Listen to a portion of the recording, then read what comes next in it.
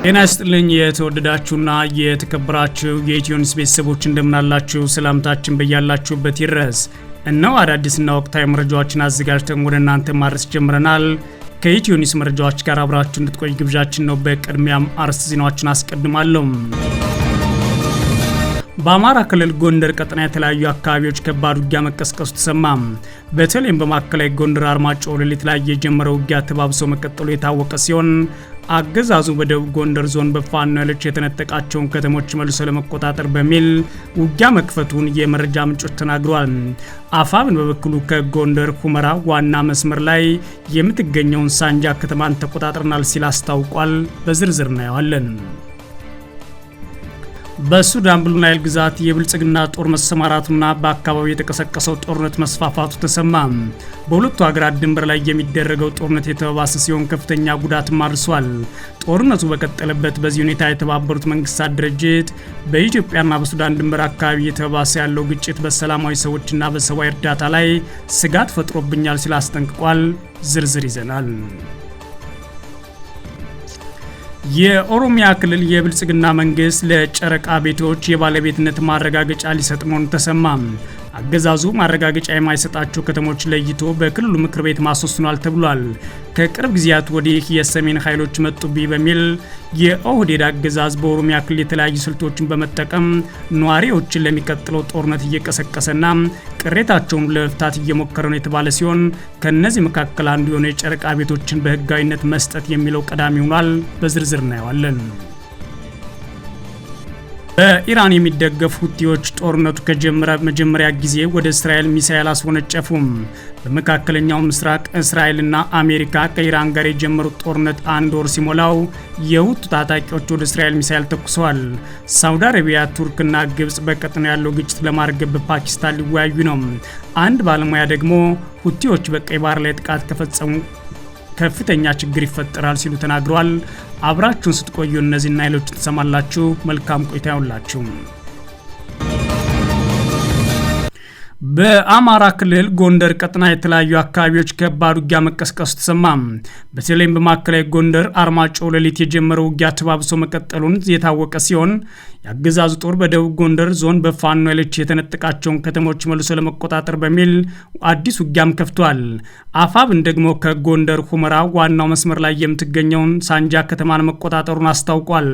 በዛሬው ዕለት መጋቢት 19 2018 ዓ.ም በክልሉ ማዕከላዊ ጎንደር ዞን አርማጭሆ ቀጠና በሶስት አቅጣጫ ከባድ ውጊያ መከፈቱን የፋኖ የመረጃ ምንጮች ለኢትዮኒውስ ተናግረዋል። ውጊያው የተቀሰቀሰው ከሌሊቱ 9 ሰዓት ጀምሮ መሆኑን ነው የመረጃ ምንጮች የተናገሩት። የአገዛዙ ጦር በአርማጭሆ ቀጠና ከአንድ ወር በላይ በፋኖ ኃይሎች ቁጥጥር ስር ወደምትገኘው ማሰሮ ደንብ ከተማ ለመግባት በሶስት አቅጣጫ መንቀሳቀሱ ተከትሎ በከባድ መሳሪያ የታገዘ ውጊያ እየተደረገ ነው ያሉት የመረጃ ምንጮች አገዛዙ ለዚህ ውጊያ መከላከያ፣ አድማ ብተና፣ ሚሊሻና ሰላም አስከባሪ በጋር አሰልፏል ብሏል። ከሌሊት 9 ሰዓት ጀምሮ በቀጠለው ውጊያ የፋኖ ኃይሎች መልሶ ማጥቃት ውጊያ እያደረጉ መሆናቸው የተሰማ ሲሆን በተለይም በርጎዬ፣ ባሽሬ፣ ሳና ሳንጃ አቅጣጫዎች ወደ ማሰሮ ደንብ ከተንቀሳቀሰው የአገዛዙ ጦር ጋር የሚደረገው ውጊያ ከፍተኛ ሰብአዊና ቁሳዊ ጉዳት የተመዘገበበት መሆኑን ነው የፋኖ የመረጃ ምንጮች አክሎ የተናገሩት። የአማራ ፋኖ ብሔራዊ ንቅናቄ በላይ ዘለቀ ህዝብ በኩሉ ማሰሮ ደንብ ከተማን ለማጥቃት የተንቀሳቀሰውን የአገዛዙ ጦር በመልሶ ማጥቃት በመመከት በአርማጭሆ ወረዳ ሳንጃ ከተማን ተቆጣጥረናል ሲል አስታውቋል። አፋብን አክሎም የታች አርማጭሆ ወረዳ ዋና ከተማ የሆነችው ሳንጃ ከተማ ከጎንደር ሁመራ፣ ከጎንደር ማሰሮ እንዲሁም ከጎንደር አብራጅራና ከጎንደር ጠገዴ ቅራቅር ዋና መተላለፊያ ስትራቴጂክ ስፍራ መሆኗን በመጥቀስ ከረጅም ጊዜ በኋላ በጠንካራ ውጊያ መቆጣጠር ተችሏል ሲል አስታውቋል። በአርማጭሆ ቀጠና ጋብላ፣ ጃንሱማ፣ ማሰሮ ደንብ፣ አሽሬ፣ ዶጋው፣ ሳንጃና አካባቢው ከሌሊት ጀምሮ የቀጠለው ውጊያ ተከትሎ አገዛዙ በተደጋጋሚ የድሮን ቅኝት እያደረገ መሆኑን የአካባቢው የኢትዮኒውስ የመረጃ ምንጮች ተናግረዋል። በተመሳሳይ የብልጽግና አገዛዝ በደቡብ ጎንደር ዞን በፋኖ ኃይሎች የተነጠቃቸውን ከተሞች መልሶ በመቆጣጠር ምርጫ ማድረግ አለብን በሚል ሲዘጋጅበት የቆየው ወታደራዊ ዘመቻ በይፋ መጀመሩ ተሰምቷል። በዞኑ ከ22 ወረዳዎች 18ቱ ፋኖ ቁጥጥር ስር የሚገኙ ሲሆን አገዛዙ ሁሉንም ወረዳዎች እስከ መጋቢት ወር መገባደጃ ድረስ መቆጣጠር አለብኝ በሚል ከፍተኛ ሰራዊት ወደ ደብረ ታቦር ማስገባቱ መዘገባችን አይዘነጋም። ይህን ተከትሎ በአገዛዝ ጦርና ፋኖ ኃይሎች መካከል ውጊያ መቀስቀሱን ነው የፋኖ የመረጃ ምንጮች ያረጋገጡት። በተለይም በዞኑ ጋይንት ቀጠና ነፋስ መውጫ ከተማ ዙሪያ ከባድ ውጊያ ተደርጓል። የአገዛዙ ጦር የታች ጋይንት ወረዳ የብልጽግና አመራሮችን ይዞ ወደ ወረዳው ከተማ አረብ ገበያ ለመንቀሳቀስ መሞከሩን ተከትሎ ነው ከባድ ውጊያ የተደረገው ያሉት የመረጃ ምንጮች። በውጊያው የፋኖ ኃይሎች የከፈቱትን አጸፋ ተከትሎ የአገዛዙ ጦር ወደ ነፋስ መውጫ ከተማ ተመልሷል ብለዋል። በተመሳሳይ በቀጠናው ከደብረ ታቦር አቅጣጫ ወደ ጋይንት ንፋስ መውጫ ሲጓዝ በነበረ የአገዛዙ ጦር ላይ የፋኖ ኃይሎች ጎብጎብ የተባለ አካባቢ ጥቃት እንዳደረሱበት የመረጃ ምንጮች ተናግረዋል። አገዛዙ ዛሬም ከወሎና ባህር ዳር አቅጣጫ ወደ ደቡብ ጎንደር ዞን ደብረ ታቦር እና ነፋስ መውጫ ከተሞች ተጨማሪ ኃይል እያስገባ እንደሚገኝ የአካባቢ መረጃ ምንጮች ለኢትዮ ኒውስ ጨምሮ ተናግረዋል። በሱዳን ብሉ ናይል ግዛት የብልጽግና ጦር መሰማራቱና ውጊያው መባባሱ ተሰማም። በሁለቱ ሀገራት ድንበር ላይ የሚደረገው ጦርነት የተባባሰ ሲሆን የብልጽግና ጦር በስፋት በውጊያ ውስጥ ተሳታፊ ሆኗል። በዚህ ውጊያ ላይ ታዲያ የተባበሩት መንግስታት ድርጅት በኢትዮጵያና ሱዳን ድንበር አካባቢ የተባባሰ የመጣው ግጭት በሰላማዊ ሰዎችና በሰብአዊ እርዳታ ላይም ስጋት ፈጥሮብኛል ሲል አስጠንቅቋል። በኢትዮጵያና በሱዳን ድንበር ከተሞች ከፍተኛ ጦርነት የቀጠለ ሲሆን በአካባቢው የሚንቀሳቀሱ ኃይሎች መጠነ ሰፊ ውጊያ ውስጥ ገብተዋል። የፈጥኖ ድራሽ ኃይሉን በመደገፍ የብልጽግና አገዛዝ ጦር በጦርነቱ ውስጥ ዋና ተሳታፊ የሆነ ሲሆን የአብይ አህመድ አገዛዝ ጦር ወደ ሱዳን በርካታ ኪሎ ሜትሮች ገብቶ በአሁኑ ሰዓት በስፋት እየተዋጋ እንደሆነ የመረጃ ምንጮች ለኢትዮ ኒውስ ተናግረዋል። የአገዛዙ ጦር በሱዳን ብሉ ናይል ግዛት የኩርሙክ ከተማና አዋሳኝ ቦታዎችን እስከ 20 ኪሎ ሜትር ዘልቆ በመገብቶ በሱዳን ጦር ላይ ከፍተኛ ውጊያ ከፍቷል ያሉት ነዋሪዎቹ የሱዳን ጦር በኢትዮጵያ ውስጥና በድንበር ባሉ ከተሞች ላይ ከፍተኛ ጥቃት አርሷል ብሏል። የብልጽግና ጦር በራሱ ተነሳሽነት የገባበት ጦርነት አይደለም የሚሉት የመረጃ ምንጮች በዚህም አጸፋም በቤኒሻንጉል ጉሙዝ ክልል የተለያዩ ቦታዎች ላይ የሱዳን ጦር እርምጃዎችን ወስዷል ብሏል። ባለፉት 2 ቀናት እየተካሄደ ያለው ይህ ከባድ ውጊያ የብልጽግና አገዛዝ ጦሩ ሙሉ በሙሉ ወደ ውጊያ የገባ ሲሆን የፈጥኖ ራሽ ኃይሉን ከመደገፍ ያለፈ ግልጽ ተሳትፎ እያደረገ ይገኛል ይላሉ የመረጃ ምንጮች። የአገዛዙ ጦር ወደ ሱዳን ገብቶ የሚዋጋው በጀነራል አልቡርሃን የሚመራው ጦር በትግራይ ኃይሎች ተደግፎ ወደ ቤኒሻንጉል ጉሙዝ ክልል ይገባል በሚል ስጋትና ከአረብ ኤምሬትስ በተሰጠው ተልዕኮ ጭምር ነው ያሉት የመረጃ ምንጮች በርካቶች ሞተዋል፣ መንደሮችና ከተሞች ተቃጥለዋል፣ ተዘርፈዋል፣ ዜጎች ተፈናቅለዋል ሲሉም ያክላሉ። ይህ ጦርነት ታዲያ አሁን ላይ በየተደረገ ባለበት ሁኔታ እጅግ ከፍተኛ ውድመት እያረሰ ነው ያሉት የመረጃ ምንጮች የጦርነቱ መቆም ምንም አዝማሚያ የለም ብለዋል። ይህም በዓለም አቀፍ ተቋማት እንቅስቃሴ ላይ ችግር የፈጠረ ሲሆን ጦርነቱ እየተስፋፋ መጥቷል ተብሏል። በኢትዮጵያና በሱዳን ድንበር ያለው ጦርነት እየተባባሰ በመምጣቱ ሰላማዊ ዜጎች ላይ አደጋ እየደቀነና የሰብአዊ እርዳታ ስራዎችን እያስተጓገለ ይገኛል ያለው የተባበሩት መንግስታት ድርጅት ነው። የተባበሩት መንግስታት ድርጅት የሰብአዊ ጉዳዮች ማስተባበሪያ ጽሕፈት ቤት ጠቅሶም ዥኖ እንደዘገበው በሱዳን በኢትዮጵያና በቻድ ድንበሮች አቅራቢያ በቅርቡ የተከሰቱ ግጭቶች የሰላማዊ ሰዎች ህይወት የቀጠፉ ሲሆን በርካቶችን ደግሞ ለስደት ዳርገዋል ብሏል። ጽሕፈት ቤቱ አክሎም እየተጠናከረ በመጣው የድሮን ጥቃት ምክንያት ሁኔታው ይበልጥ ተባብሷል። የሰብአዊ ረድኤት አጋሮችም በዚህ ሳምንት መጀመሪያ ላይ በደቡባዊ ሱዳን በተሰነዘሩ ጥቃቶች ሳቢያ በሰላማዊ ሰዎች ላይ ጉዳቱ መድረሱን ሪፖርት ደርሶኛል ብሏል። በብሉ ናይል ግዛት ከኢትዮጵያ ድንበር አቅራቢያ የተቀሰቀሰው ይህ ጦርነት ከግዛቱ ዋና ከተማ ኤዳምዛን በስተደቡብ የሚገኘው እንደ ኩርሙክ፣ ሳሊና ዲንድራው ያሉ ስትራቴጂካዊ ቦታዎችን ሰብአዊ እርዳታ ለማድረስ የሚደረግ እንቅስቃሴን ገድቧል ብሏል። ሰላማዊ ሰዎች ደህንነት ፍለጋ ወደ ኤዳማዚን እና ድንበር አቋርጠው ወደ ኢትዮጵያ እየተሰደዱ ነው ያለው ዘገባው አሁን ላይ በጦርነቱ እየተሳተፉ ያሉ ኃይሎች ብዙ ናቸው ብሏል። በሌላ በኩል ደግሞ ፈጥኖ ራሽ ኃይሎቹ ከሱዳን ጦር ጋር ከባድ ጦርነት ካደረጉ በኋላ ኩርሙክን ተቆጣጥረዋል ቢባልም የአልቡርሃን ጦር ደግሞ በቀጠናው አዲስ ስምሪት አድርጓል ብሏል። የተባበሩት መንግስታት ሰብአዊ ጉዳዮች ማስተባበሪያ ቢሮ ኦቻ በተፈናቃዮች መጠለያ ጣቢያዎች ውስጥ እየተባባሰ የመጣው የእሳት አደጋ ክስተት አሳሳቢ ነው ብሏል። ለዚህም እንደ ምክንያት የተጠቀሰው የሰዎች መጨናነቅን፣ ከፍተኛ የሙቀት መጠንና መጠለያዎቹ በቀላሉ ለቃጠሎ የሚጋለጡና በተኩስ የሚነሱ ቁሳቁሶች መኖራቸው ነው ብሏል። በሰሜናዊ ግዛት በሚገኘው አልፋድ በተሰኘው መጠለያ ጣቢያ በተነሳ ሰዓት የ3 ዓመት ህፃን ህይወት ያለፈ ሲሆን 15 ቤተሰቦች ደግሞ ዳግም ተፈናቅለዋል ብሏል ጽሕፈት ቤቱ። በተመሳይ በሰሜን ኮርዶፋን በተከሰተ ሌላ የእሳት አደጋ ቢያንስ 30 ቤተሰቦች ለመፈናቀል ተገደዋል ብሏል ቢሮ። ጽሕፈት ቤቱ ሁሉም ወገኖች ውጥረቱን እንዲያረግቡ፣ ሰላማዊ ሰዎች ደህንነታቸውን እንዲጠብቁ እንዲሁም አስቸኳይና ያልተገደበ የሰብአዊ እርዳታ ለተጎጂዎች ወገኖች እንዲደርስ ዋስትና እንዲሰጡ ሲል ጥሪ አቅርቧል። በሱዳንና በኢትዮጵያ ድንበር ያለው ውጥረት በቅርብ ቀናት ውስጥ ዳግም ባገረሸው ውጊያና በተፋላሚ ወገኖች እርስ በርስ ወቀሳ ምክንያት ተባብሷል። የሱዳን ባለስልጣናት ኢትዮጵያ ለፈጥኖ ደራሽ ኃይሉና ለአጋር ቡድኖቹ ወታደራዊ እንቅስቃሴ ምቹ ሁኔታ እየፈጠረች ነው ሲሉ ቢከሱም ብልጽግና ግን ዝምታ መርጧል። አሁን ከዛም ያለፈ ብልጽግና ጦሩን አሰማርቶ በሱዳን ድንበሮችና ቦታዎች ውስጥ በኪሎ ሜትሮች ገብቶ እየተዋጋ እንደሚገኝ ሰምቷል። በስትራቴጂካዊቷ የኩርሙክ ከተማና በአቅራቢያው በሚገኘው ጁሩት ከተማ አካባቢ በተቀሰቀሰው መጠነ ሰፊ ጦርነት የከተሞች ቁጥጥር በሱዳን ጦር የፈጥኖ ደራሽ ኃይሎች እንዲሁም የሱዳን ህዝብ ነጻ አውጪ እንቅስቃሴ ሰሜን ጥምረት መካከል በተደጋጋሚ ሲዘዋወር መቆየቱ ተዘግቧል። አሁን ላይ ግን በጀነራል አልቡርሃን የሚመራው የሱዳን ጦር በአካባቢው መጠነ ሰፊ ጥቃት የከፈተ ሲሆን የኢትዮጵያ ወታደሮች ውጊያውን ለመመከት ጥረት እያደረጉ ይገኛሉ ሲባል የፈጥኖ ደራሽ ኃይሎችን ጨምሮ በአሁኑ ሰዓት በቀጠናው ያሉ የትግራይ ኃይሎች፣ የፋኖ ኃይሎችና ኃይሎች ቀጠናው ሙሉ ለሙሉ ወደ ውጊያ ሊያስገቡት ጫፍ ላይ መድረሳቸውን የተሰማው። የኦሮሚያ ክልል የብልጽግና መንግስት ለጨረቃ ቤቶች የባለቤትነት ማረጋገጫ ሊሰጥ መሆኑ ተሰማ። አገዛዙ ማረጋገጫ የማይሰጣቸው ከተሞች ለይቷል። በክልሉ ምክር ቤት ማስወስኗል የተባለ ሲሆን የብልጽግና አገዛዝ በቅርብ ጊዜ ጠቅላይ ሚኒስትሩና አጠቃላይ የኦህዴድ ብልጽግና የሰሜን ኃይሎች ተባብረው መጡብኝ በማለት የኦሮሞ ወጣቶችን፣ አርሶ አደሮች፣ የከተማ ነዋሪዎችን ለጦርነት ለመቀስቀስ የተለያዩ ውሳኔዎችን ሲያሳልፍ ይህ የጨረቃ ቤቶችን ህጋዊ ያደርግላቸዋለሁ የሚለው ውሳኔ አንዱ ነው ተብሏል።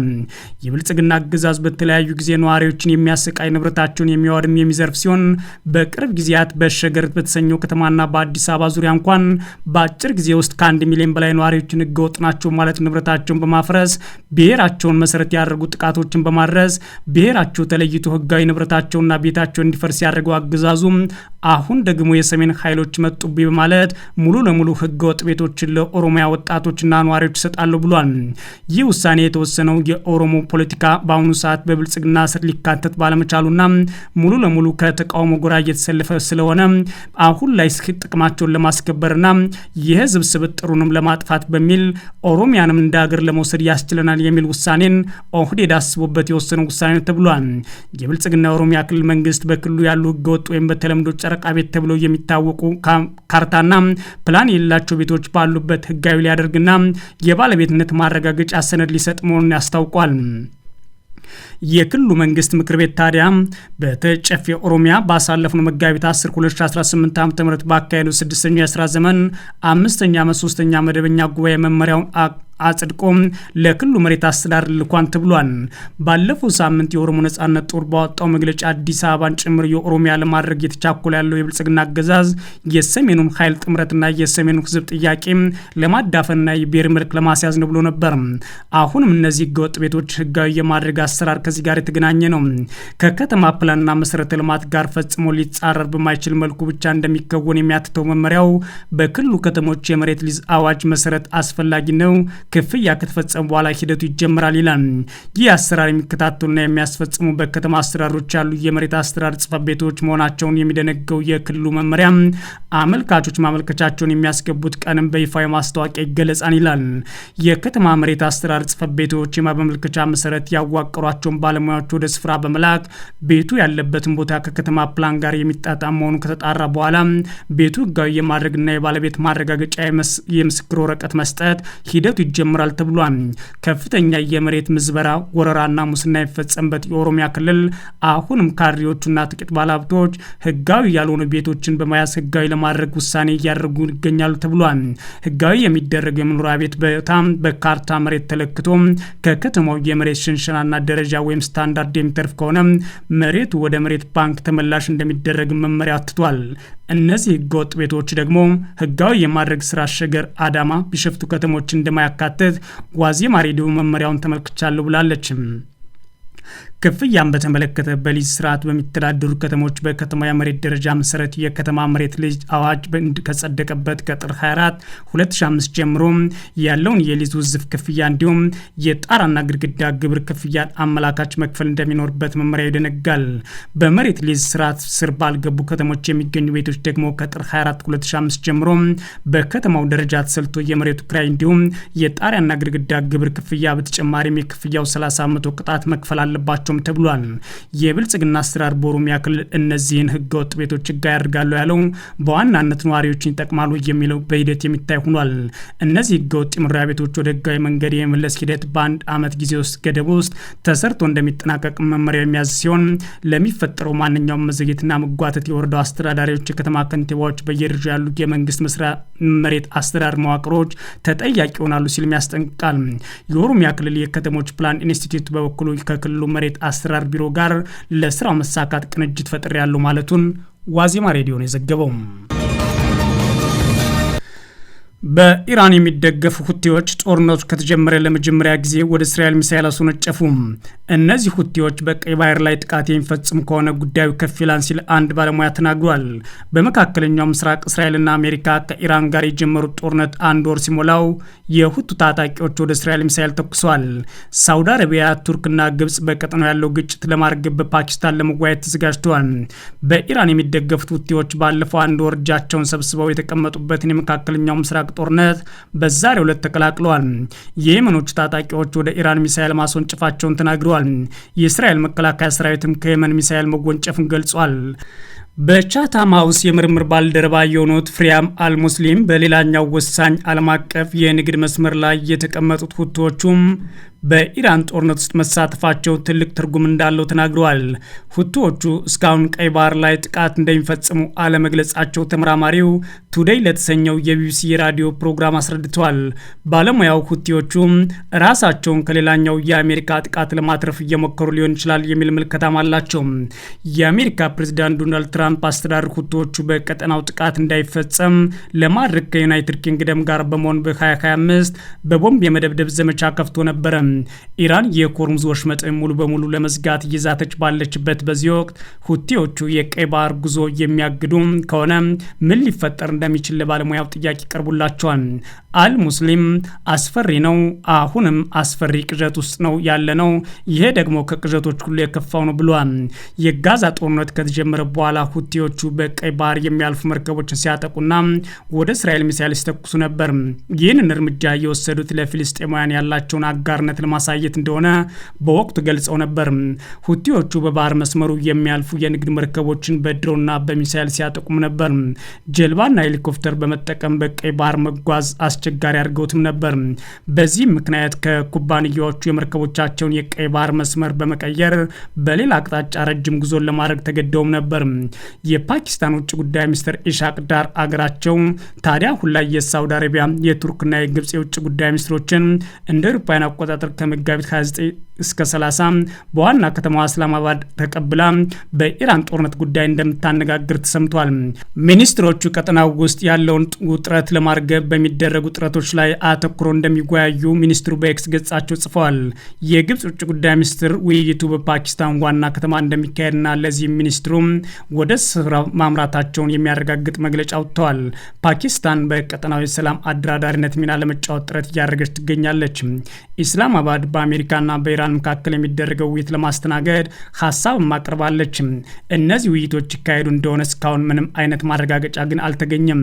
በዚህ ሳምንት መጀመሪያ ላይ የውጭ ጉዳይ ሚኒስትሩ በፓኪስታን በኩል የሚተላለፉ መልእክቶች አማካኝነት ሁለቱ ሀገራት ቀጥተኛ ባልሆነ መንገድ ውይይቶች እያደረጉ ነው ብለው ነበር።